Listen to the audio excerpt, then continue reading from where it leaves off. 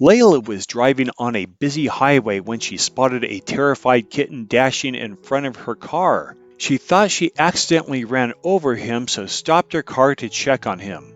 Then he ran straight into the back of the car, but she could not see him. She slowly drove home, and then 2 hours later she heard him crying and got him out.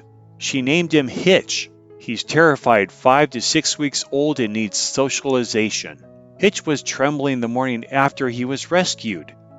She took him to the vet and he wasn't hurt. This poor little guy just needed some time to decompress.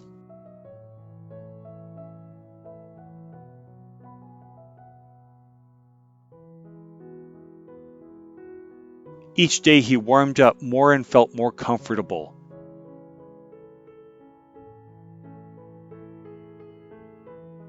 Now he's more affectionate and talkative, so listen to his voice at the end of this video.